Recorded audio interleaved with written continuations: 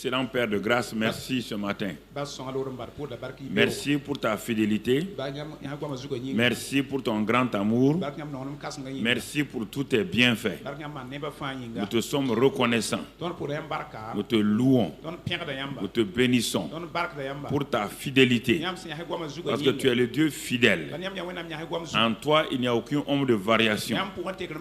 Nous t'exaltons, te remercions pour tout ton amour, ta grâce. Tu es le Dieu tout suffisant qui est en nous, qui est avec nous. Et nous te sommes reconnaissants ce matin. Sois béni et sois loué au nom de Jésus. Amen. Amen. Ce matin, je vais t'amener dans ma chambre de méditation, c'est-à-dire comment je médite la parole de Dieu. Ça sera le résumé, c'est ce que je vais te laisser à la fin, au sortir de cette Cisco, que tu puisses commencer à te responsabiliser toi-même. Donc,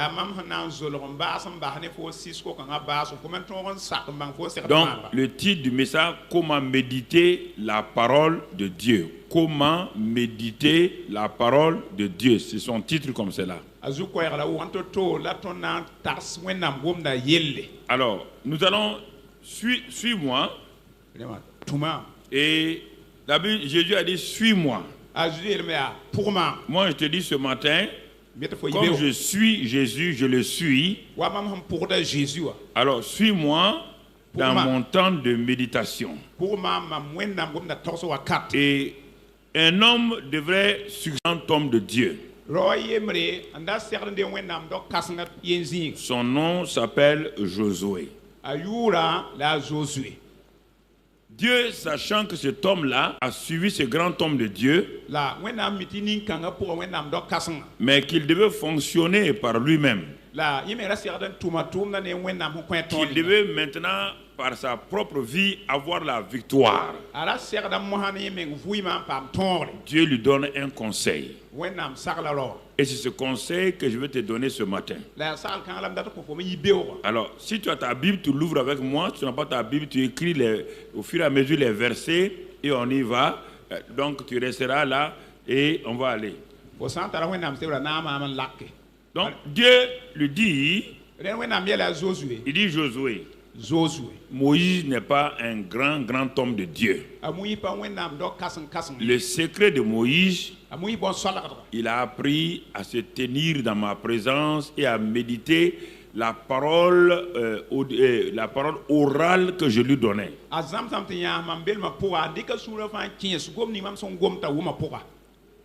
Et voilà le secret de Moïse.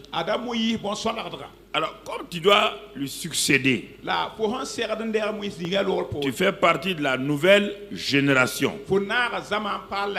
Alors, je vais te montrer comment ton mentor, ton leader a réussi. Il dit, Josué, que ce livre de la loi ne s'éloigne point de ta bouche. Médite-le jour et nuit pour agir fidèlement selon tout ce qui est écrit, car c'est alors que tu auras du succès dans tes entreprises, c'est alors que tu réussiras. Donc Dieu donne les conditions du succès ici à Josué pour sa vie et son ministère. Alors, puisque je suis dans le temps de méditation, je veux apprendre de Dieu. Je me pose la question, mais Seigneur, comment les gens de l'ancien temps et même les gens d'aujourd'hui, moi je suis un chrétien, je me bats, ça ne va pas. Quel est le secret? Les gens m'ont dit c'est la prière. Dieu dit attends, on va aller point par chaque chose à sa place.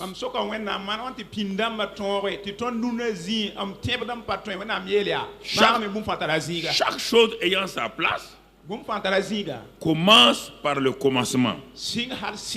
Donc Dieu dit à Josué, le livre que Moïse t'a laissé là, Fais tout. Régulièrement. Fixe tes yeux sur ce livre-là. Fais penser les paroles de cette parole-là dans ta tête. Mets-la dans ta bouche. Et ensuite agis selon ce qui est écrit. Je t'assure, tu réussiras dans tes différentes entreprises. On ne parle pas entreprise électricité ou autre, sinon quand on dit entreprise ici, c'est tout ce que tu fais dans la vie. Donc mon frère, ma soeur, c'est alors que tu réussiras. Alors je suis là. Ah bon? Mais quel est le domaine dans lequel je veux réussir? Puisque Dieu vient de me parler, je pose ma Bible, je m'assois et je commence à réfléchir. Je suis dans ma chambre. Je veux apprendre au pied du Seigneur. Oh Seigneur, tu me dis qu'il y a du succès. Tu me dis qu'il y a même dans toutes mes entreprises, c'est-à-dire ma famille, ma vie, mon travail, mon ministère, il peut avoir du succès. Dieu dit oui. C'est pourquoi, mon enfant, je te dis, voilà ce qu'il faut faire. Donc, mais comment ce succès-là va se passer? Quel est le moyen? Quelle est la clé? Je continue à méditer. Et il se trouve que le succès que je vais avoir, ça peut être une bonne santé. C'est un succès. Ça peut être dans tous les domaines. Je médite sur la parole. Je me dis, la parole ne doit pas s'éloigner. Seigneur, y a-t-il un autre passage qui va m'aider à comprendre ce que tu veux me dire? Et le Saint-Esprit, comme il est venu pour me rappeler toutes choses, Dieu dit, mon enfant, bon, va dans le livre de Proverbes écrit aussi par un homme sage. Il dit, va dans le livre de Proverbes 4, verset 20. Tu vas continuer ta méditation pour voir ce que tu vas découvrir. Alors, j'ouvre la Bible. Je suis à la recherche du succès. Quand on parle de succès ici, les gens tout le temps parlent d'être PDG. Non, c'est pas de ça. Le succès dans ma vie personnelle, dans ma vie spirituelle, dans ma vie physique, morale et professionnelle, c'est vrai. Là,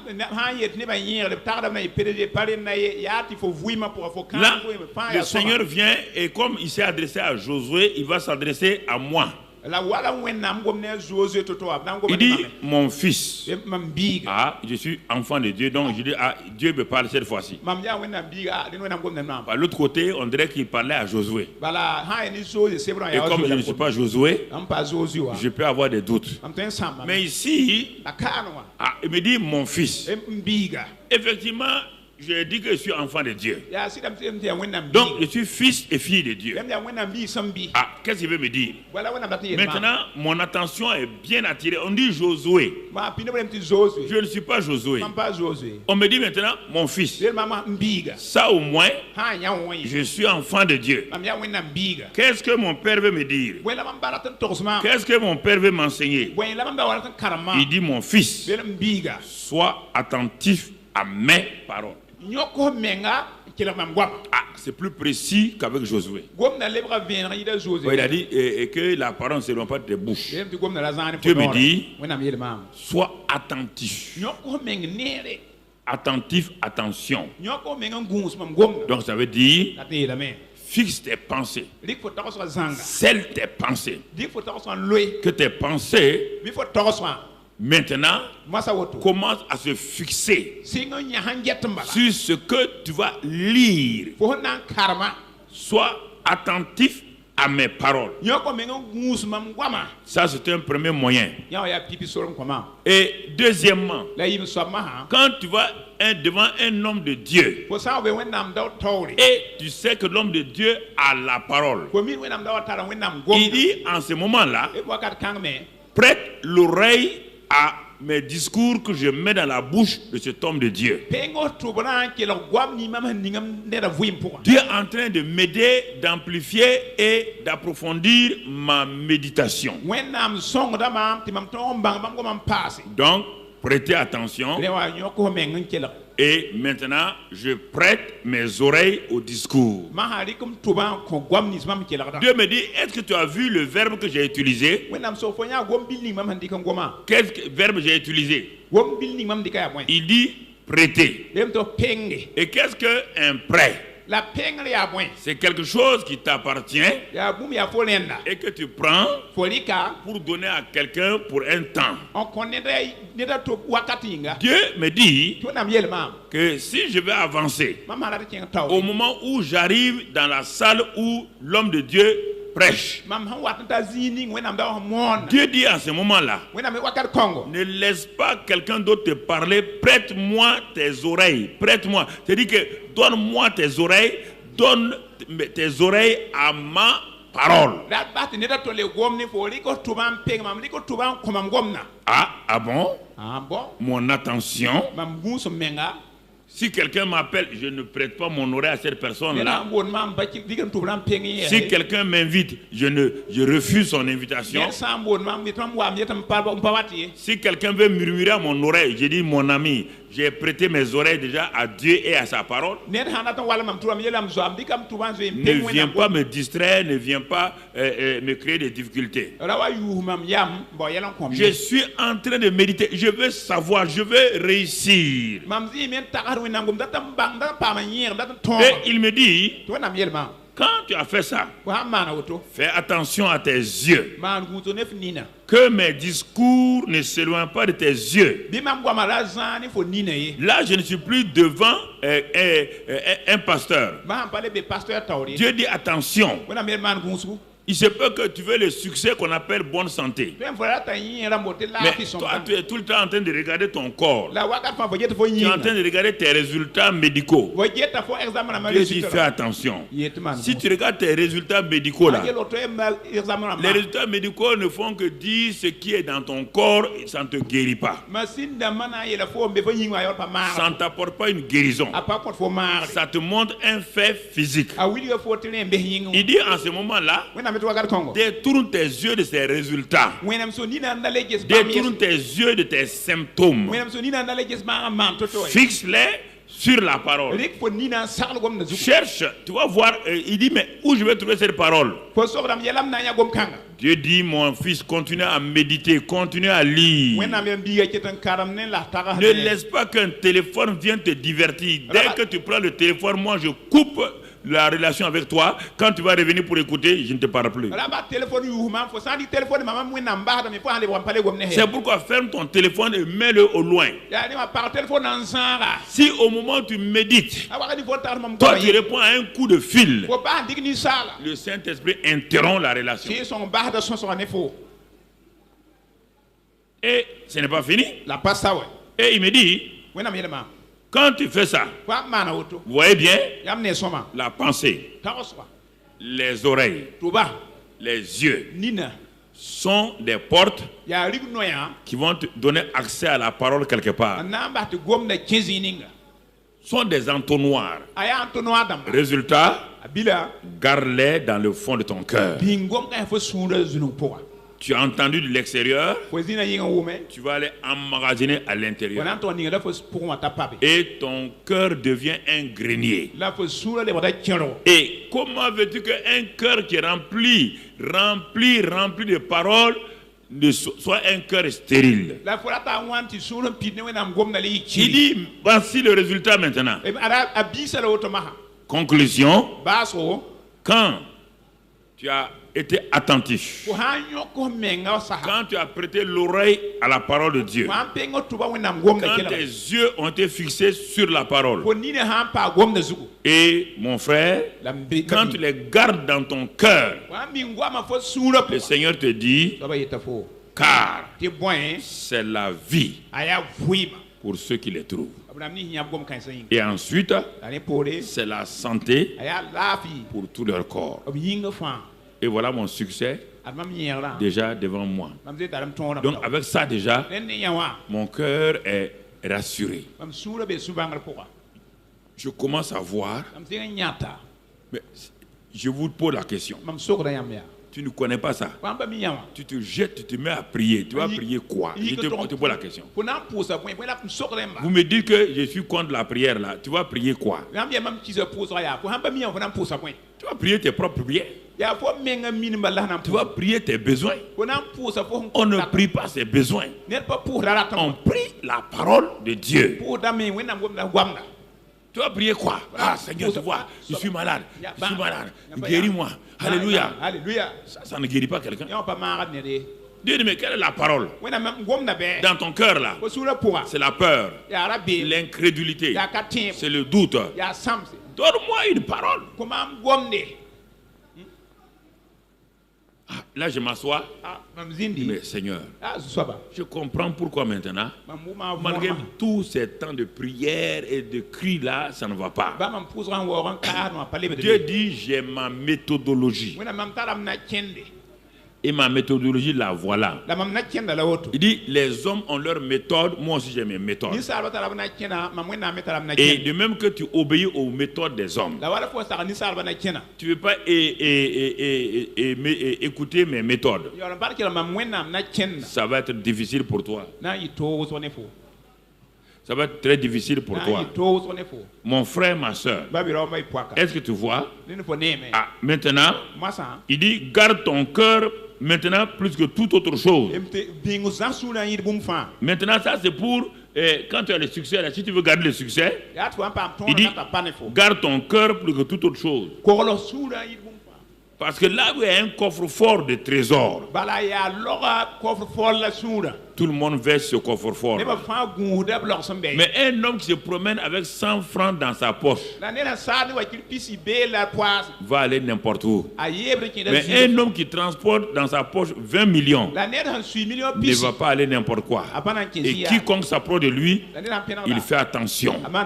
Et il dit, si tu as mis les trésors de la parole de Dieu dans ton cœur, en ce moment-là, garde ton cœur. Sois le gardien de ton cœur. Dieu a investi dans le jardin d'Éden. Il dit à Adam, garde le jardin. Il ne l'a pas gardé. Quelqu'un d'autre est venu enlever le jardin, les biens du jardin de sa main. Et il a commencé à être malade, à être pauvre, à être méprisé, jusqu'à ce que la mort physique l'atteigne.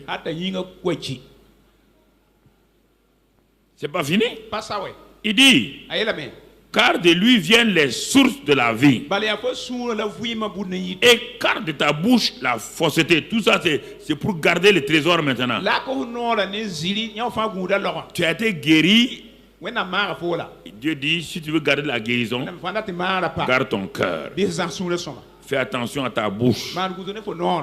Éloigne tes lèvres des détours. Que tes yeux regardent en face et que tes paupières se dirigent devant toi. Les choses que tu as fixées sur la parole de Dieu qui t'ont amené le succès, ce sont ces mêmes choses-là.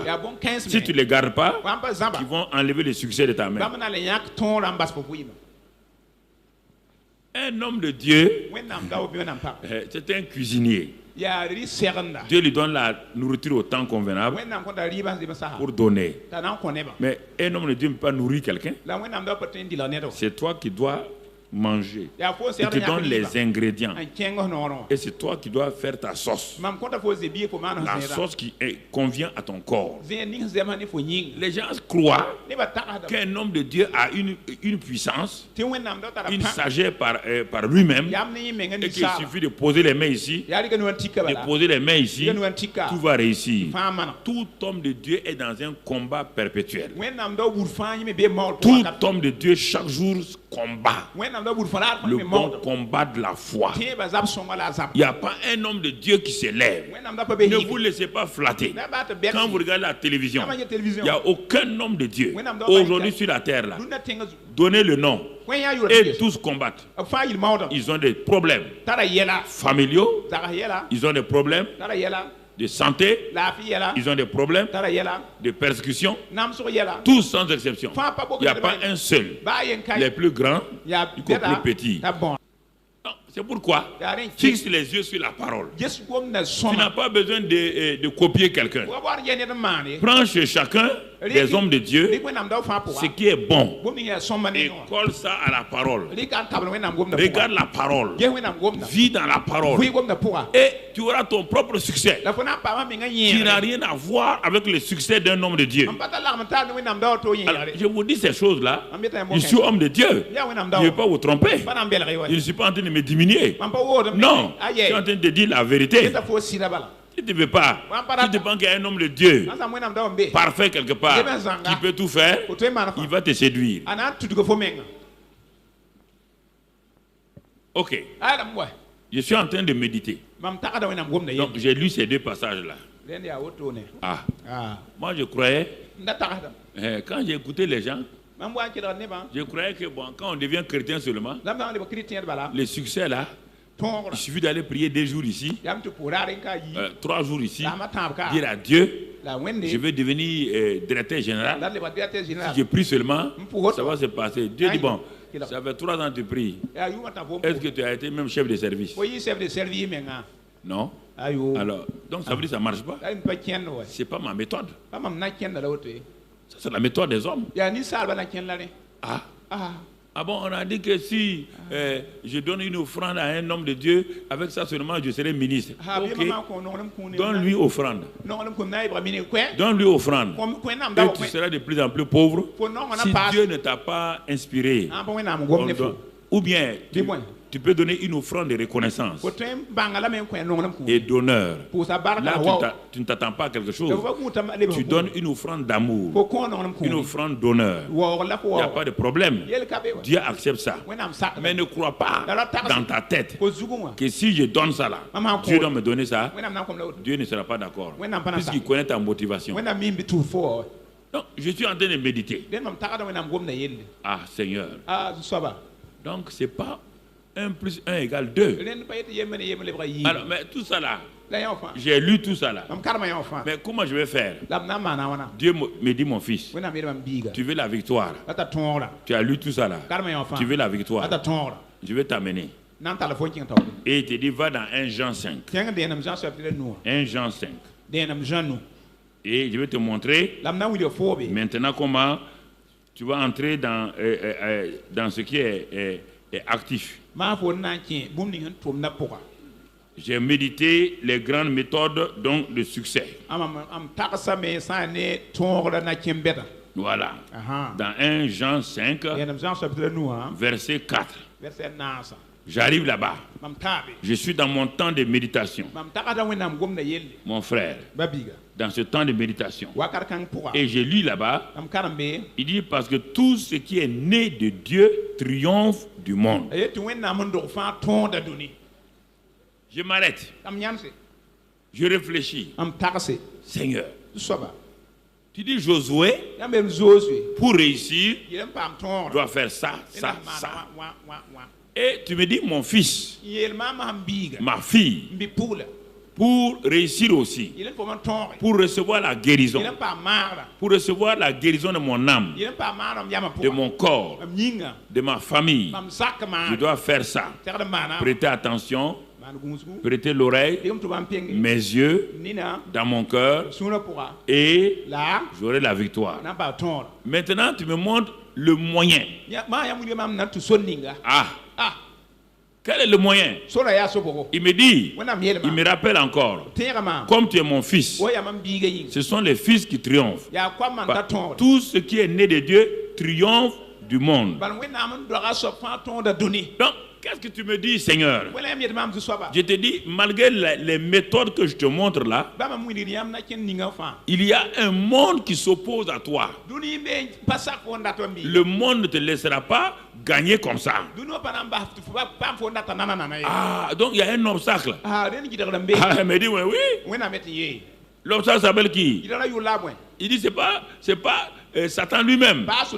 Satan a tissé un système, il est le prince du monde. Il a mis en place un système derrière lequel il est caché. Satan ne peut pas venir à toi directement parce qu'il n'est pas omniprésent. Donc qu'est-ce qu'il a fait? Il a manifesté son omniprésence par un système mis en place qu'on appelle le monde. Il a mis à chaque tout ce qui concerne l'homme. Dans les affaires, il a mis son système. Dans la santé, il a mis son système. Partout où l'homme est concerné, il a mis un système. C'est pourquoi on l'appelle le prince du monde. Il a mis son système. Et maintenant que tu veux avancer, malgré tout ce que tu as lu là, tu as médité, tu as prêté attention. Mais tu vois, ça ne fonctionne pas. Dieu te dit, mon égal, je viens d'ajouter un élément nouveau. Quiconque est né de Dieu triomphe du monde. Ah, le mot triompher veut dire qu'il y a combat. Ah, Seigneur. Maintenant, on m'a dit de prier seulement. Il dit non. Pourquoi j'ai dit triompher? Quand on dit quelqu'un a triomphé, c'est parce qu'il a eu un combat. On dit qu'il a triomphé, il est devenu champion du monde. Parce qu'il a combattu les 12 rounds du championnat du monde. Il a triomphé dans telle chose. Il y a eu un combat. Mais le pasteur nous a dit seulement si on fait ça, on fait ça. Quel pasteur t'a dit ça? Quel pasteur t'a dit ça? Ah bon? Une femme peut aller s'asseoir devant un pasteur. Supposons qu'elle soit stérile. Lui dire, ma fille, si tu fais ça, tu auras un enfant. Tu dis alléluia. Tu auras l'enfant là, sans combat. Les 9 mois là, c'est quoi? 9 mois de quoi? Tu auras l'enfant là en dansant, en levant les bras, alléluia, alléluia. L'enfant sort maintenant. Pourquoi il faut être intelligent spirituellement. Pourquoi vous laissez que les gens vous nettoient le cerveau? Pourquoi vous laissez ça là? On dit triompher. Tu as déjà vu quelqu'un porter une médaille d'or sans payer le prix? Au moment où tout le monde dort, lui il fait quoi? Tout ce que les gens mangent, lui il refuse de manger. Et vous voulez que la vie chrétienne comme ça, c'est levé seulement, bon l'homme de Dieu fait ça, il proclame ça. Non. Il faut savoir méditer. Dans la méditation, que les choses vont sortir. Et c'est ça qui m'a fortifié depuis plus de 30 ans maintenant. J'ai fait au moins 10 ans de lutte inutile. Je croyais aux hommes de Dieu parce qu'ils avaient ça. Ils ont prié pour moi, ils ont tout fait. Dieu m'a dit, ce sont des hommes de Dieu. Il y a le Dieu de l'homme. Toi, tu dis homme de Dieu. Tu ne t'intéresses pas au Dieu de l'homme. Tu auras des problèmes. Quelle que soit la puissance de cet homme-là, il est limité. Commence à t'intéresser au Dieu de l'homme.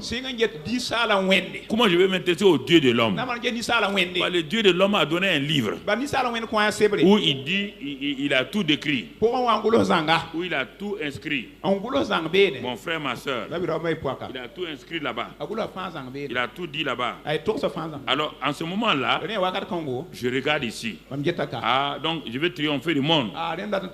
Et il explique dans la deuxième partie. Et la victoire qui triomphe du monde, c'est notre foi. Il dit,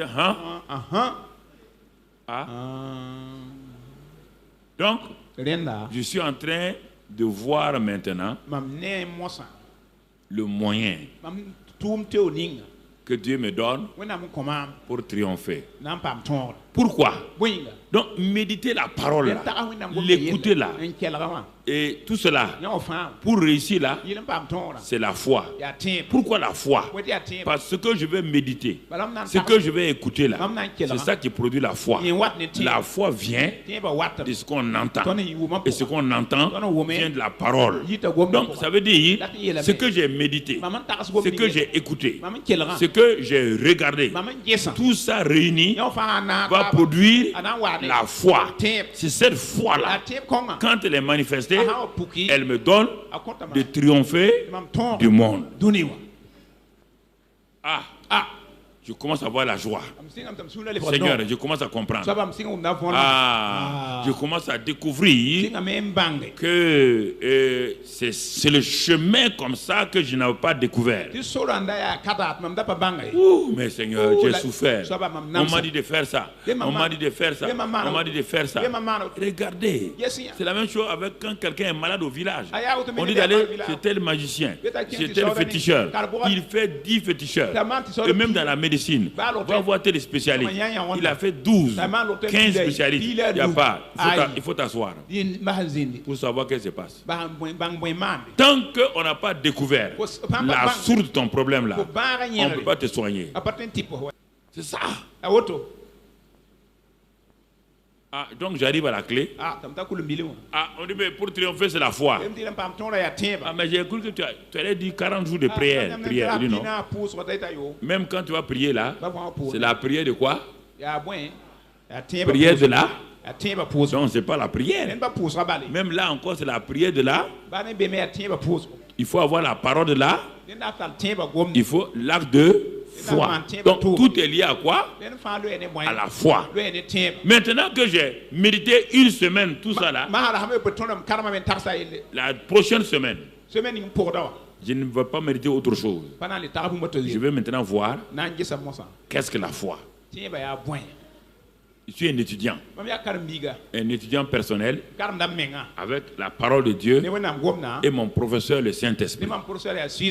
Alors je cherche à savoir, cette semaine-là, j'ai vu qu'il n'y a pas de succès. Donc le terrain a été déblayé. Et je suis arrivé à la conclusion partielle que c'est la foi qui me fait triompher du monde, qui me fait triompher de toutes mes situations. Je vais commencer l'étude de la foi. Donc cette semaine, j'ai mon cahier encore. J'ai mon bic. Je prie le Seigneur maintenant. Et je dis au Saint-Esprit, illumine les yeux de mon cœur pour que je contemple les merveilles de ta parole. Car la révélation de tes paroles est claire et donne l'intelligence. Ça, c'est dans tous les domaines. Que vous soyez dans le domaine de l'entrepreneuriat, que vous soyez dans le domaine de la recherche. Si les médecins chrétiens faisaient ça là, ils allaient avoir plus de succès que les autres chrétiens. Mais les médecins chrétiens font toujours, c'est leur bottin, leur quoi. Ils ne se connectent pas au Saint-Esprit. Saint-Esprit a créé le corps. Il est capable de dire qu'ici là, sans même médecine, c'est telle maladie, c'est telle chose, application. Et simplement, vous allez guérir les gens.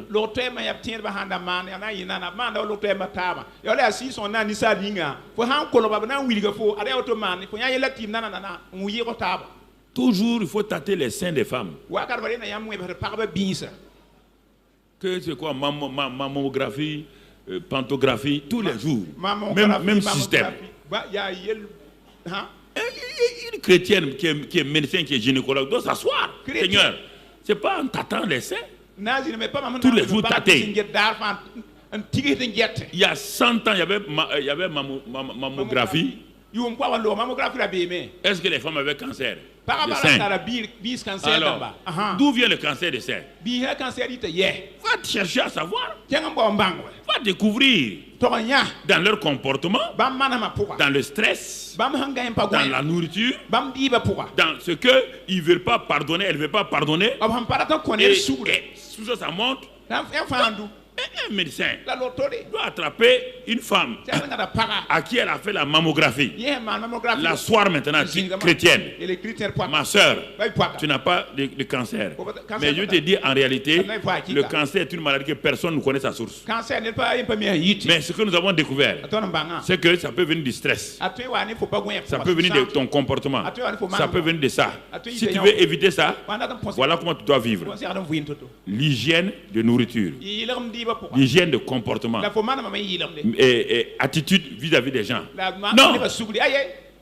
Non, on va faire mammographie 2 ans, on va faire 1 an, on va faire 3 ans. Et si tu découvres le cancer, qu'est-ce que tu peux faire? C'est maintenant problème.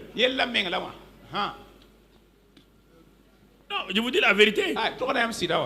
Si les médecins, les professeurs, je vais leur dire ça. Pourquoi vous voulez utiliser la même méthode, ça ne marche pas? Si c'est pour découvrir le cancer, ça vous découvrez, vous ne pouvez pas guérir. À quoi ça sert? Et vous savez d'où ça peut venir? Pourquoi aux États-Unis aujourd'hui, il y a des laboratoires, des hôpitaux où les gens viennent, on leur apprend à rire simplement, sainement. On les apprend à être décontractés. Et simplement. Plusieurs sont délivrés. Pourquoi? Avec des plantes naturelles. Aujourd'hui, on guérit des gens. Parce que quand l'argent rentre quelque part, c'est un problème. Les gens n'ont plus pitié. C'est le vrai problème. C'est le vrai problème. Les médecins sont bons. Mais depuis un certain temps, beaucoup ont dévié. Dieu a créé la médecine pour aider les gens. Pas pour faire de l'argent. Pas pour faire de l'argent. Ils veulent pas. Même les médecins chrétiens ne veulent pas s'asseoir. Celui qui a créé le corps là, toi tu es médecin, tous les jours tu pries, tu parles en langue, tu dis à Dieu, tu as créé le corps, moi je suis ton enfant, le Saint-Esprit comprend. Tu pries chaque jour avant d'aller. Des femmes vont venir devant moi aujourd'hui. On va découvrir chez certains le cancer. Quelle parole je dois leur dire? Même pas parole de consolation.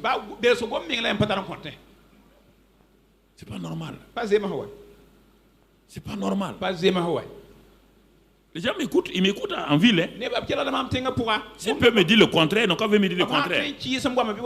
Dieu vous a suscité pour être des gens, pour aider les gens. Allez dans ce sens-là. On ne veut pas dire aux gens. Si tu enseignes les gens, tu ne vas plus avoir l'argent. Mais au moins tu as sauvé des gens. Tu es heureux. Je ne dis pas que ce n'est pas négatif. C'est pour aider, les aider. C'est pour les aider. Quand tu es mécanicien chrétien, quand on amène les voitures dans ton garage, toi tu les répares plus vite que le mécanicien ordinaire. Si tu es informaticien, avec la sagesse que tu as, tu réussis plus que les autres. C'est ça. C'est ça le plus. C'est ça la présence du Saint-Esprit. C'est ça l'élément fondamental du Saint-Esprit. Mais si toi tu fais ça, tu es boulanger et tu es comme les autres boulangers qui fraudent là, qui mettent la farine de n'importe quoi. Mais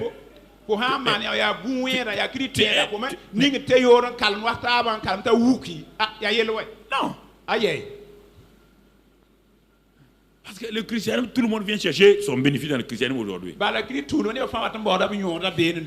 C'est devenu un fonds de commerce. Chacun vient chercher une position. Je viens chercher un mari. Je viens chercher ça. Vous les aurez. Israël a eu ça là. Il a vomi. Ils ne sont pas rentrés en Canaan. Ils ont refusé les méthodes de Dieu. Dieu dit ils vont mourir au désert. Moïse, 40 ans. Ils sont morts un à un. On ne sait même pas où on les a enterrés. Plus de 2 millions de personnes. Quand ils ont fini, leurs enfants qui étaient là maintenant, Dieu dit les enfants vont entrer. Il y a des choses où il faut faire attention. Prenez-vous au sérieux. Dès le moment où vous devenez chrétien, prenez-vous au sérieux. Je suis un enfant de Dieu. L'Esprit de Dieu est en moi. Je ne dois pas jouer avec la vie de quelqu'un. C'est pourquoi je ne viens pas. Les gens ne comprennent pas.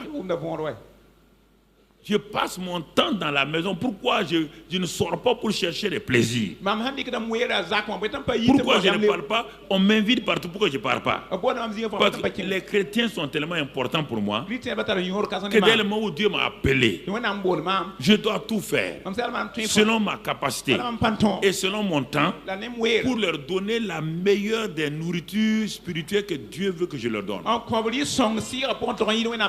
C'est pourquoi mes messages durs, c'est pas pour embêter quelqu'un. Non, on ne peut pas traiter un malade à la légère. Et c'est pourquoi certains disent, il y a des médecins d'aujourd'hui là, on ne les comprend pas quand ils te reposent. Mais la même chose avec les pasteurs.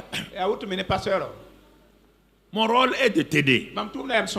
Je ne peux pas t'aider si je ne me suis pas tenu devant le consolateur, celui qui aide les gens. Vous croyez que le pasteur se lève comme ça, il prend sa Bible, il tape, il enlève la poussière et puis il dit, il vient. Il n'est pas un professeur de philosophie. Même le professeur de philosophie a un temps de préparation. Et c'est ça. Vous comprenez? Donc maintenant, première semaine, que la parole ne se met pas des yeux, de ta bouche, de tes pensées. Garde au fond de ton cœur et veille sur ton cœur, car il y a des trésors là-bas. Fais attention à ta bouche. Cette parole-là, son but c'est quoi? C'est de produire la foi. Mais pour qui? Pour les enfants de Dieu. Et quiconque est né de Dieu triomphe du monde. Ah bon? Donc mon adversaire, c'est le monde. C'est pas Satan directement. Mais Satan a tissé un système qui m'environne, qui me bloque. Donc c'est ce système-là. C'est pourquoi Dieu m'a mis dans un royaume avec aussi ses méthodes, son système, pour que j'attaque le système de Satan et que j'ai la victoire. Mais quelle est la clé? Quel est le moyen? Dieu dit, mon fils, pour triompher du monde, c'est la foi. Mais si je ne sais pas comment la foi fonctionne, si on me donne la clé d'un coffre-fort, si on me donne la clé d'une voiture, et je ne sais pas comment la clé là fonctionne, la voiture là sera un fardeau pour moi. Le coffre-fort sera un fardeau pour moi. Je vais faire quoi? Il y a de l'argent là-dedans. Je ne connais pas comment mettre le code. Je ne sais pas comment faire fonctionner. Je suis riche et pauvre en même temps. Il y a des millions là-bas. Mais si je vais acheter même 5 francs, je suis obligé d'aller emprunter à quelqu'un. Je dis, je suis millionnaire. On ne peut pas le voir. De l'argent est dans le coffre-fort. La clé que j'ai, je ne sais pas manipuler.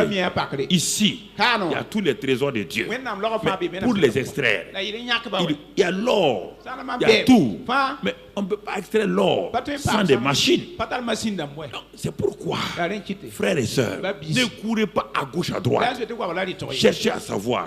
On dit que c'est la foi qui triomphe. Alors je veux voir qu'est-ce que la foi. D'où vient cette foi? Au moment où je suis en train de méditer, je prie en même temps. Oh, Saint-Esprit, Jésus a dit que quand tu viendras, tu vas m'enseigner toutes choses. Cette affaire de foi là, j'ai entendu beaucoup de prédications sur la foi, mais moi je n'ai jamais pu savoir qu'est-ce que la foi. Oh Saint-Esprit, aide-moi à découvrir comment la foi fonctionne. et je m'assois. C'est pas automatique.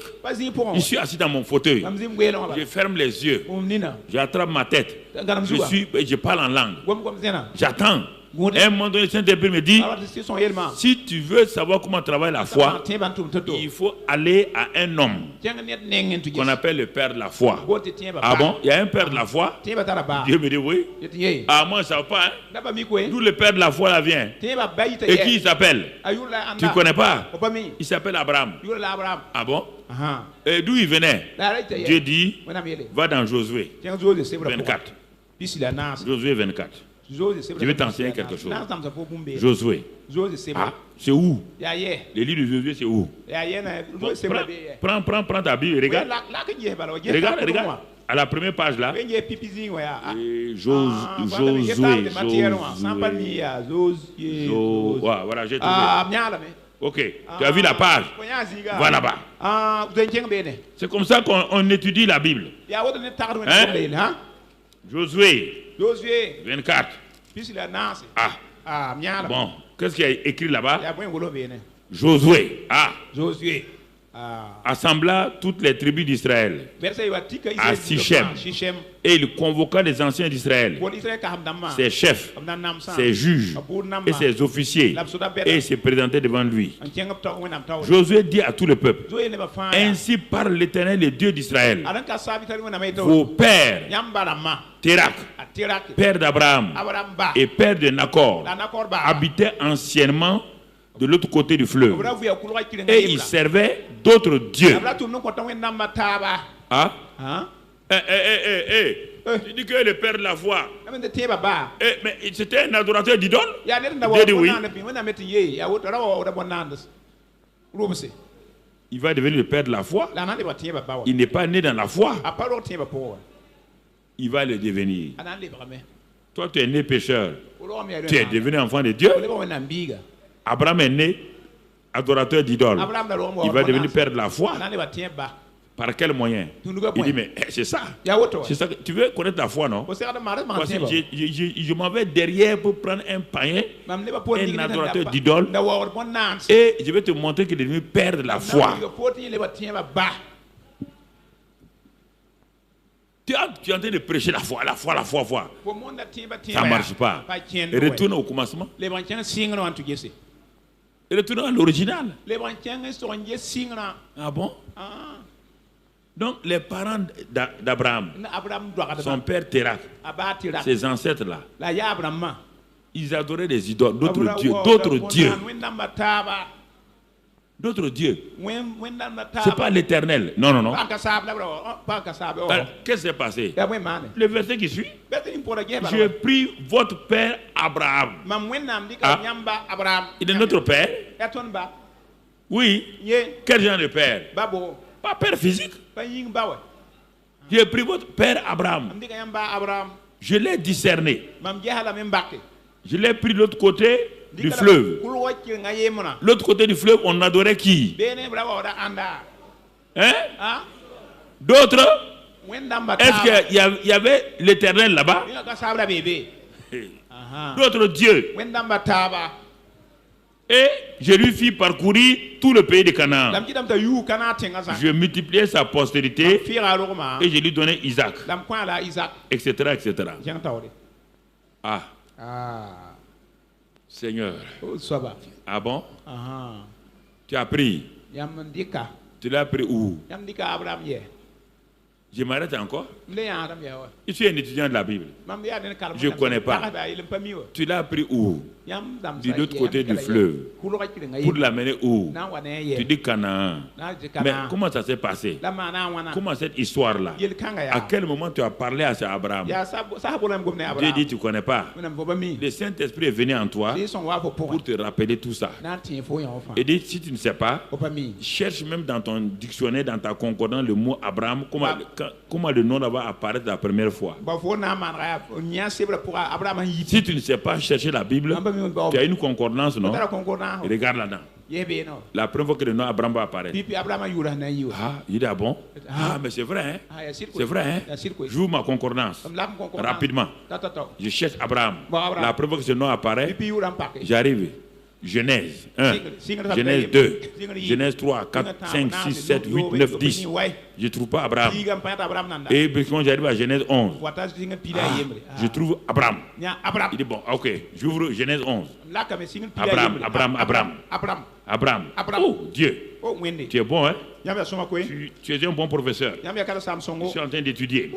Ah, je regarde là-bas. Et je cherche. Et le nom là vient. Il dit ceci, cela. J'arrive. Puisqu'on m'a dit Térak. J'arrive à Genèse 11, verset 27. Voici la portée de Térak. Térak engendra Abraham. Ah, donc le Abraham là, le voilà ici. Donc c'est lui, hein? Et qu'est-ce qui s'est passé? Alors, verset 31, je saute. Térak prit Abraham son fils. Et l'autre fils d'Aran, fils de son fils. Et Sarai, la belle-fille, femme d'Abraham. Il est sorti de Ur, en Chaldée, le pays des adorateurs d'idoles, pour aller au pays de Canaan, l'autre pays. Et il vint jusqu'à Charan et ils y habitèrent. Le papa d'Abraham n'a pas continué. Il a fait stop. Dans ta vie, ne fais jamais stop. Si tu fais stop, tu ne vas pas parvenir. C'est parce qu'il a fait stop à Charan. Charan veut dire petit résultat, petit fruit. Quand ta vie commence à porter des petits résultats, toi tu t'arrêtes. C'est là-bas que tu vas finir ta vie. Tu ne vas pas rentrer. Donc Térak est mort. Ouais bien. Quand Térak est mort, chapitre 12, l'Éternel dit à Abraham, va-t'en de ton pays, de ta patrie et de la maison de ton père, dans le pays que je te montrerai. Je ferai de toi une grande nation et je te bénirai. Je rendrai ton nom grand et tu seras une source de bénédiction. Je bénirai ceux qui te béniront et je maudirai ceux qui te maudiront et toutes les familles de la terre seront bénies en toi. Mais, oh Dieu, la semaine passée, tu m'as enseigné que ça méritait la parole. Donc la parole a une importance. C'est la parole qui donne la foi. Et tu dis c'est la foi qui donne la victoire. Ah, je commence à comprendre.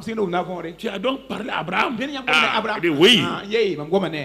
Abraham n'a pas eu la foi comme ça. La foi d'Abraham est venue de quoi? Parce que moi j'ai dit à Abraham, quitte. Va, voilà ce que je vais faire. Je vais te bénir. C'est un jour de bénédiction. Quand il a entendu cette parole-là, cette parole a créé en lui la confiance en moi. Et regarde, Abraham partit. Comme l'Éternel lui avait dit. Il dit, le chemin de la foi commence maintenant. Oh Seigneur, merci. J'ai prié. Dit, la foi ne vient pas de la prière. La foi ne vient pas de la prière. Mais c'est ça qu'on m'a dit là-bas? Non. La foi vient de la parole. Et maintenant, quand la parole est là, la prière, la parole de foi va donner la prière de foi. Mais toi, tu as fait le contraire. Comment tu peux faire prière de foi alors que la foi est liée à la parole? Tu n'as pas la parole. Comment tu peux faire prière de foi? Tu vas avoir la foi là-haut. Seigneur. Pourtant, j'ai lutté. Ça fait 5 ans. J'ai lutté avec ce problème-là. Est-ce qu'il t'a dit? Il dit, montre-moi dans un passage où j'ai dit de lutter avec des problèmes. Montre-moi. Vous inventez des expressions. Vous en faites une philosophie chrétienne. Je ne t'ai jamais dit de lutter. J'ai dit le combat de la foi. Le combat de la foi veut dire quoi? Dieu a parlé. Le monde vient s'opposer à toi. Et tu dois triompher. Par la foi. Je ne savais pas. Il dit continue. Continue.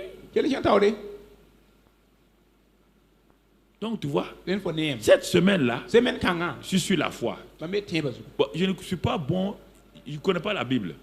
Mais j'ai acheté une concordance. Je vais commencer à voir chercher le mot foi là. J'ai déjà trouvé que c'est Abraham.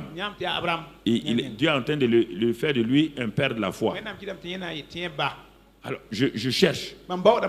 Et dans l'Ancien Testament, le mot foi apparaît seulement 3 fois. Et brusquement, je ne vois plus le mot foi. Mais Dieu me dit, continue dans le Nouveau Testament. J'arrive là-bas, je commence à voir le mot foi. Et quand je vois le mot foi là, il me dit, retourne dans un passage qu'on appelle Romains 4. J'arrive à Romains 4. Je suis un chercheur. Je suis un homme qui cherche la solution. J'ouvre ma Bible encore. Ouais, la Bible devient mon ami. Je commence à aimer la Bible. J'aime la Bible. Elle me donne la solution. Mais toi, tu n'aimes pas la Bible. Tu ne veux jamais la Bible. Comment tu vas avancer? Vous allez avancer comment?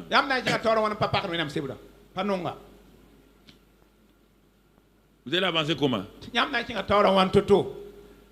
Vous n'aimez pas la Bible. Vous ne voulez pas l'ouvrir. Vous allez avancer comment? Regardez votre misère. Vous allez avancer comment?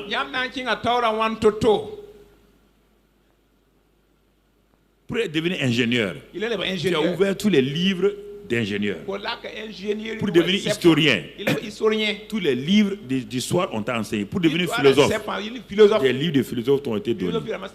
Chacun dit, pour réussir dans tel domaine, voici les livres.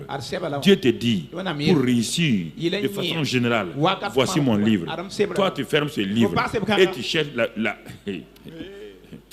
Et c'est pourquoi les grands professeurs d'université sont manipulés par un petit enfant de 12 ans qui se dit prophète.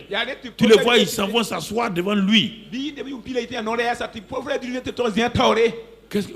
Mon fils, qu'est-ce que Dieu t'a dit? Et puis il tremble en même temps. Professeur d'université, quand il prend la craie, il fait des démonstrations de physique, de biologie, de ceci ou cela. Mais devant un garçon de 15 ans, il tremble comme ça. Qu'est-ce que Dieu t'a dit? Qu'est-ce que tu as vu? Qu'est-ce que tu as vu? Ça c'est quoi? Une femme. Tu sors d'une voiture 4x4. Tu pars dans une maisonnette où il n'y a même pas une bonne natte. Et cette femme l'a dit, assois-toi ici. Dans ta maison, quand tu vois même la poussière sur ton fauteuil, tu cries sur le garçon là. Mais pourquoi tu as laissé la poussière ici? Moi je n'aime pas la poussière. Et toi-même, ça paye. Ça paye. Tu t'envoies là-bas là. La poussière est partout. Et cette femme là te dit, ma fille, il y a la poussière. Toi tu dis non, ça ne fait rien maman. Ça ne fait rien. Tu t'assois dans la poussière là. Tu veux quoi?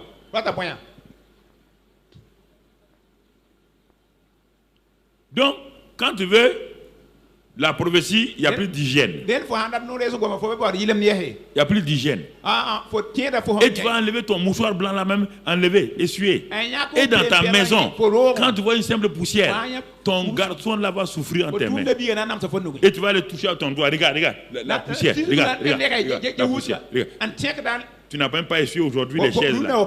Et toi tu vas chez une vieille femme édentée. Et tu es assis sur une natte remplie de poux.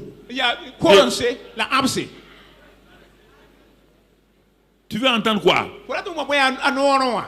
Tu quittes ta maison, la parole est là. Dieu est ici avec sa parole. Tu laisses Dieu. Tu vas t'asseoir devant quelqu'un. Parfois quand je vous regarde, j'ai compassion. Vous ne réussissez pas à cause de ça. Vous ne voulez pas méditer. On dirait que ça vous pique. D'ouvrir la Bible à 1 heure de temps. Ça vous pique. Vous lisez tous les romans. Vous lisez tous les livres. Mais quand il s'agit de la Bible, là, ça vous pique. Ça veut dire que vous savez. Si ça vous pique, ça veut dire que vous savez que votre adversaire ne veut pas que vous réussissiez. Et il vous le montre clairement. Quand vous fermez ça devant la télé, et là vous êtes content. Mais quand vous ouvrez ça, vous dormez. Ça veut dire que votre ennemi a programmé votre défaite, votre mort. Et vous non, réfléchissez. Il te montre clairement qu'il est contre toi. Et toi, tu t'entêtes. Ah, la Bible est dure à lire. Hein? Si la Bible n'est pas un livre de succès, pourquoi il est dur à lire? Tu lis les livres de pornographie facilement. Satan, ça rend facile. Mais quand c'est la Bible là, il rend ça difficile. Ce qui te donne la mort, c'est facile. Ce qui te donne la vie, c'est difficile. Tu es intelligent, donc ça veut dire qu'il y a un adversaire. Il y a un adversaire.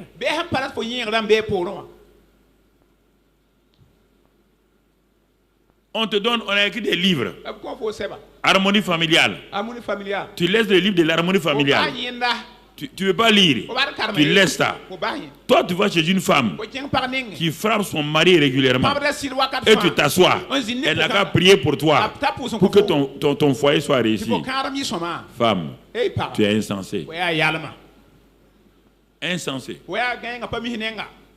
Quand tu lis harmonie familiale là. Non, ça là, c'est pas comme ça. Ça là, c'est pas comme ça.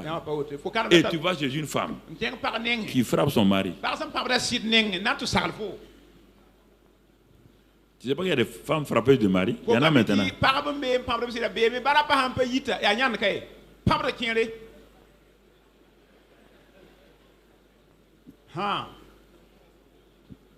Non mais les gens ne veulent pas méditer. Non. Si la méditation n'était pas réelle, Satan n'allait pas s'opposer. Jamais. Jamais.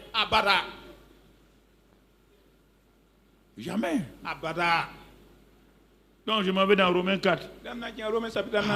Je suis passionné. Je dis mais Seigneur,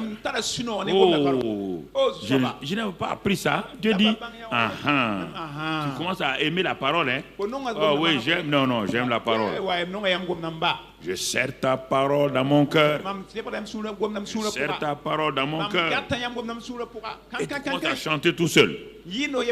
Tu commences à découvrir comment le jeune homme rendra-t-il plus son sentier en marchant selon ta parole. Je serre ta parole dans mon cœur afin de ne pas pécher contre toi. Tu commences à découvrir que le psaume 119 est vrai. Le psaume 119, c'est le psaume de la parole. On te voit tous les aspects de la parole dans le psaume 119.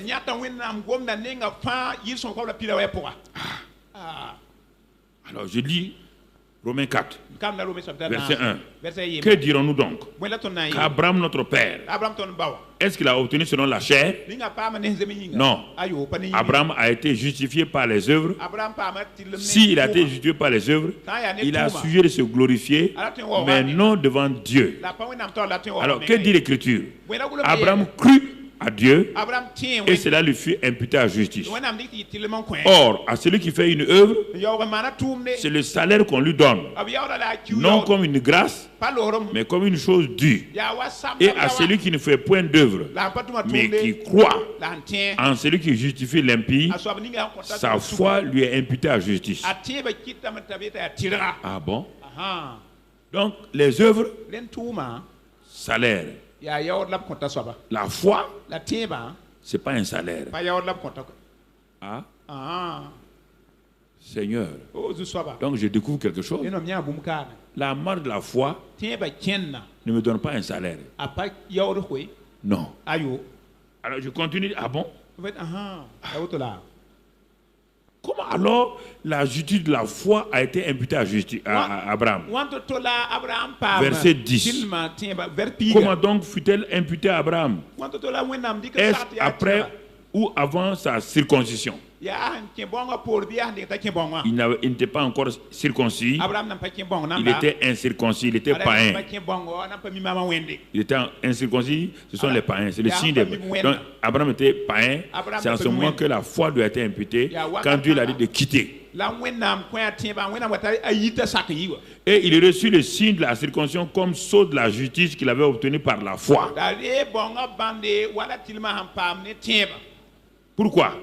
Afin d'être le père de tous les incirconcis qui croient et le père des circoncis. Donc en Abraham, on va trouver les juifs et les païens. Il a été justifié quand? quand il était païen incirconcis. La circoncision est venue comme une marque pour la nouvelle génération, les Juifs. Et maintenant, est-ce qu'Abraham a eu un combat contre le monde? Oui. Quel était son combat? Malgré toutes ces choses-là, Abraham n'avait pas un enfant avec sa femme Sarah. Comment il a triomphé?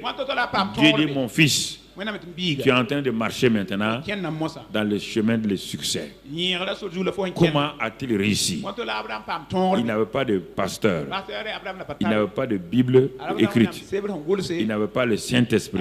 Il n'y avait pas d'église. Le gars était le seul croyant dans son environnement. Toi, tu as beaucoup de croyants. Tu as la Bible. Tu as le Saint-Esprit. Tu as les cassettes, les DVD. Et toi, tu échoues. Abraham se lèvera pour te dire, toi infidèle comme ça, moi j'étais seul avec ma femme Sarah, on n'a pas de pasteur, on n'a pas de Bible. Comment nous avons fait pour réussir? Faites attention. C'est pourquoi ne croyez pas que vous êtes devenu chrétien, le paradis c'est ouvert, c'est pas vrai. Okay. Flattez-vous. Comment il a combattu? Qu'est-ce qu'il a combattu? On voit ici, et il dit, et la Bible dit, verset 13, en effet, ce n'est pas par la loi que l'héritage du monde a été promis à Abraham ou à sa postérité. Mais c'est par la justice de la foi. Car si les héritiers le sont par la loi, la foi est vaine et la promesse est anéantie. Parce que la loi produit la colère. Et que là où il n'y a point de loi, il n'y a point non plus de transgression. C'est pourquoi les héritiers que nous sommes, nous le sommes par la foi, que ce ne soit pas, pour que ce soit par grâce, afin que la promesse soit assurée à toute la postérité, non seulement à celle qui est sous la loi, mais aussi à celle qui est sous la foi d'Abraham, notre père à tous. Et comment il a fait maintenant? Je suis en train d'aller vers aussi. Je vais regarder comment notre père là a pu vaincre. On dit c'est la foi qui triomphe. Et son monde c'était le monde de la stérilité. Il ne peut pas, donc tout ce que Dieu a dit dans Genèse 1 là ne peut pas être valable pour lui. Dieu a dit soyez féconds, multipliez-vous, soyez tant. Abraham ne peut pas être comme ça. Parce que le premier verbe il ne l'a pas encore accompli, soyez féconds. Donc il ne peut pas se multiplier. Il ne peut pas assujettir. Il ne peut pas contrôler, dominer. C'est pourquoi tu vois pourquoi tu ne domines pas. Parce que tu es stérile spirituellement. Ce qui doit te donner la victoire, tu ne l'as pas eu. C'est pourquoi toutes les promesses de Genèse 1:28 là ne marchent pas. Tu entends la prédication dominer, mais tu ne peux pas dominer. Abraham ne peut pas dominer, il est stérile. Il n'a pas d'enfant.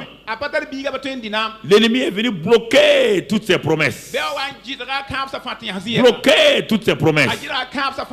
À cause par la stérilité. Le gars va se positionner. Il a médité pendant 24 ans dans les défaites et dans les victoires. Maintenant il est mûr. Et il se positionne. Comme il est mûr maintenant, il va se positionner. Et c'est cette position de victoire là qu'on voit. Dieu dit je t'ai établi père d'un grand nombre. Il dit ah bon? Il n'a pas dit je t'établirai. Dieu dit je t'ai déjà établi. Ah bon? Sans enfant? Il dit oui. Je t'ai déjà établi père. Ça c'est ce que moi je fais. Ça, c'est l'œuvre achevée de Christ. On n'est plus dans les promesses aujourd'hui. Nous sommes dans les faits. Les promesses, c'est pour le futur. Les faits, c'est passé. Tu t'appuies sur les faits. Je t'ai établi. Alors, Je commence à méditer. J'arrive là-bas. Je commence à parler. Il dit que la parole c'est pas. Je m'assois. Dieu m'a établi. Non. Dieu m'a établi père d'une multitude de nations. Je suis seul dans ma chambre. Je sais pas sur le plan physique. J'avais déjà des enfants. Mais c'était sur le plan spirituel. Je n'ai pas d'enfants spirituels. Et je luttais. J'ai vu ça. Je commence à dire Alléluia. Je marche dans ma chambre. Dieu m'a établi père d'une grande nombre d'une multitude. Je suis le père d'une multitude. Aujourd'hui, les gens me parlent comme ça. Mais moi, il y a 25 ans, Dieu m'a. Moi, je me suis appelé comme ça. Je suis père d'une multitude. Le gars, il a commencé. Ouais, là. Il a commencé. Ouais. Et il s'est établi. Il a cru Dieu. Il n'a pas cru en Dieu. C'est de croire en Dieu. Croire Dieu, c'est différent. Croire en Dieu, c'est croire en l'existence de Dieu. Croire Dieu, c'est croire sa parole. Ce qu'il a dit. Il a cru Dieu. Quoi? Dieu a dit quoi? Il t'est établi. Sarah. Dieu m'a établi. Tu t'appelles plus Sarai, hein? Tu t'appelles Sarah. Tu es princesse, moi je suis roi. Dieu nous a établis. Quel Dieu? Quel Dieu? Il dit, mais tu ne sais pas quel Dieu? Le Dieu qui donne la vie aux morts. Et qui appelle les choses qui ne sont point comme si elles étaient. Sarah, tu vois, non? Le Dieu qui nous a parlé là, il donne la vie aux morts. Tout ce qui est mort en nous, ton sein mort là, est régénéré. Tout est mort. Moi, je suis usé. Mon affaire là ne fonctionne pas. Dieu donne la vie à mon affaire là. Alléluia, Sarah. Dansons maintenant. Dansons. Tous les voisins se moquaient. Il dit le vieux là et sa femme là sont devenus des fous. L'intimidation commence. L'adversité commence. Mais ça, Abraham et Sarah n'ont plus peur. Ils sont établis sur la parole. Plus personne ne peut les déranger. Ils sont enracinés dans la parole. Tu n'as qu'à faire ce qu'ils veulent. Tu n'as qu'à te moquer. Ils continuent. Dieu donne la vie aux morts. Dieu donne la vie aux morts. C'est pour quand Dieu lui a donné l'enfant, quand Dieu a dit d'aller égorger l'enfant, et Abraham dit on s'en va adorer. Sarah dit où vas-tu? Et on s'en va adorer. On s'en va adorer. Quand on s'en va adorer, on revient, non? Il n'est pas revenu avec Isaac.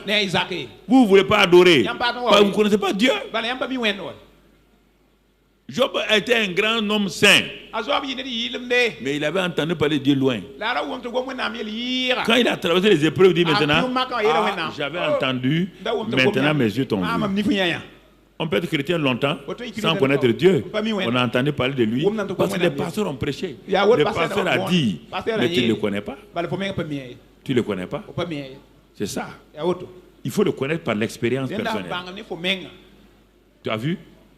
Qu'est-ce qu'il a fait? Quand l'ennemi a dit, tu sais que la foi est une ferme assurance des choses qu'on espère. Il dit, mais oui, mais toi tu espères quoi? Un vieux carcasse comme ça, tu espères quoi? Le sein de ta femme est mort, tu espères quoi?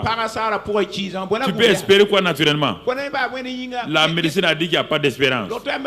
La science a dit qu'il n'y a pas d'espérance. Abraham a commencé à danser. Il dit, et le Dieu auquel j'ai cru là, il est le Dieu de l'espérance. Je vais aller puiser mon espérance en lui. C'est pourquoi la Bible dit, il espéra contre toute espérance. C'est ça. Donc la méditation commence à te fortifier. Le gars commence à voir sa victoire. Il commence à voir ses enfants. Il commence à voir ses enfants nombreux comme les étoiles. Il regarde le sable. Il dit mes enfants seront nombreux comme le sable. Mes enfants seront nombreux comme les étoiles. Le gars est passionné maintenant. Il continue.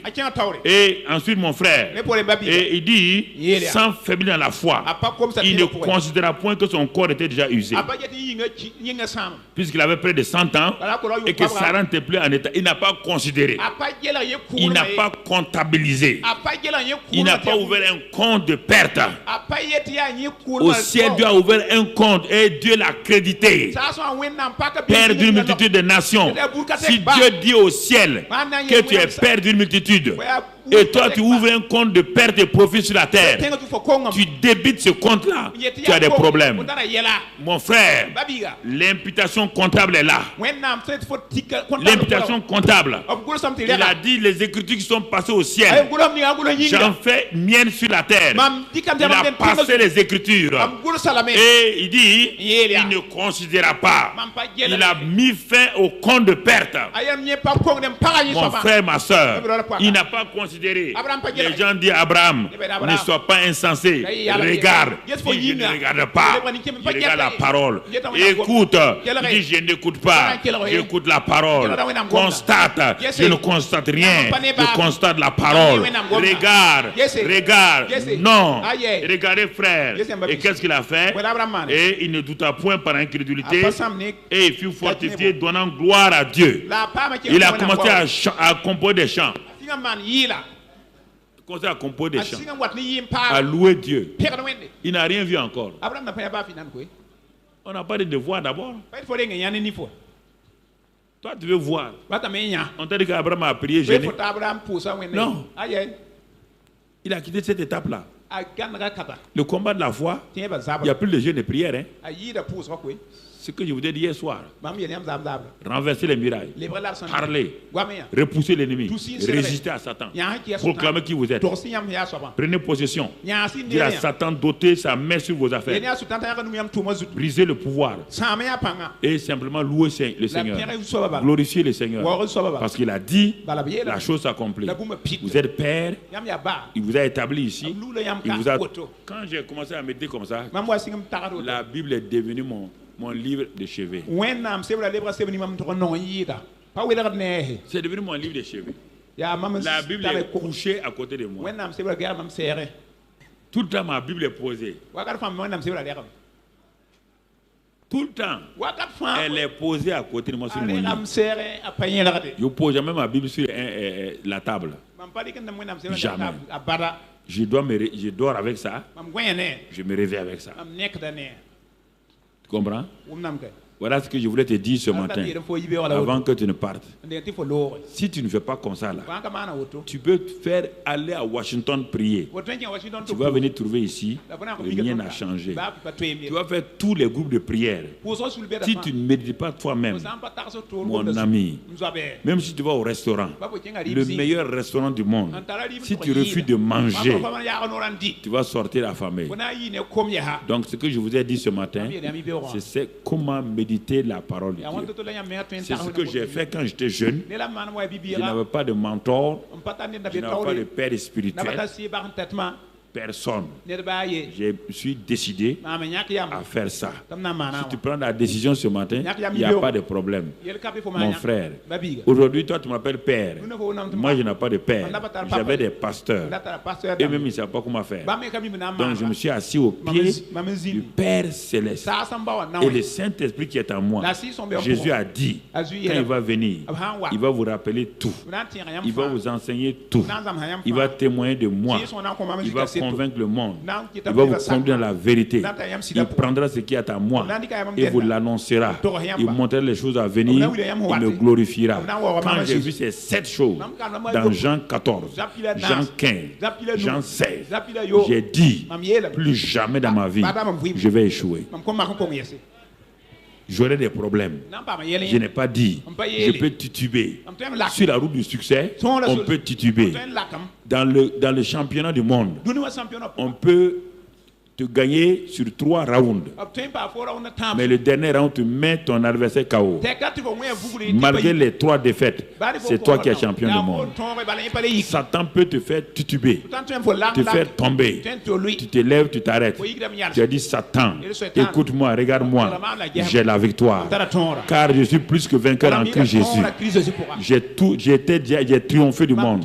Mes prières sont exaucées. Car je connais la volonté de mon Père. La volonté de mon Père est ici. Je marche dans ça. Rien ne va me faire faillir. Tes difficultés ne vont pas me faire reculer. Je reste sur la parole. Je ne regarde pas mes symptômes. Je ne regarde pas à mon sol. Je ne regarde pas à ma situation financière. Je ne regarde pas aux difficultés. Je regarde la parole de Dieu. Je m'inscris dans la parole de Dieu. Je m'enracine dans la parole de Dieu. Je remplis ma bouche de la parole de Dieu. Il n'y a rien de mystique dans ça. On dit que c'est un médicament. Comment peut-être guéri du palu si tu refuses d'avaler les médicaments? Quel que soit le médecin, tu ne seras jamais guéri. Donc le médecin te demande, as-tu avalé mes comprimés hier? Il dit, médecin, je vous aime beaucoup, mais je n'ai pas avalé. Tu n'aimes pas le médecin, tu es un menteur. Si tu aimais le médecin, tu allais comprendre que Jean 14, 15 dit quoi? Si quelqu'un m'aime, il va garder ma parole. Si tu aimes Dieu, tu gardes sa parole. Ne mens pas que toi tu aimes Dieu. Il faut éviter de regarder les chants où les chrétiens chantent en te disant, Seigneur, je t'aime, tu es mon amour. Ça, c'est les chants d'amour du monde là. Seigneur, tu es le quoi de mon cœur. Quand tu veux serrer Jésus comme ça, on aime Jésus en obéissant à sa parole. Excellent Père de grâce. Merci pour ton peuple ce matin. Merci pour ta grâce. Merci pour ta fidélité. Merci pour tous tes bienfaits. Apprends-nous à méditer ta parole. Car la méditation de ta parole ouvre notre intelligence, nous donne la victoire. Merci Père pour tous tes bienfaits, pour ton peuple. Bénis-les, renouvelle-les. Que ta grâce soit sur eux. Au nom de Christ Jésus. Amen. Amen. Voilà.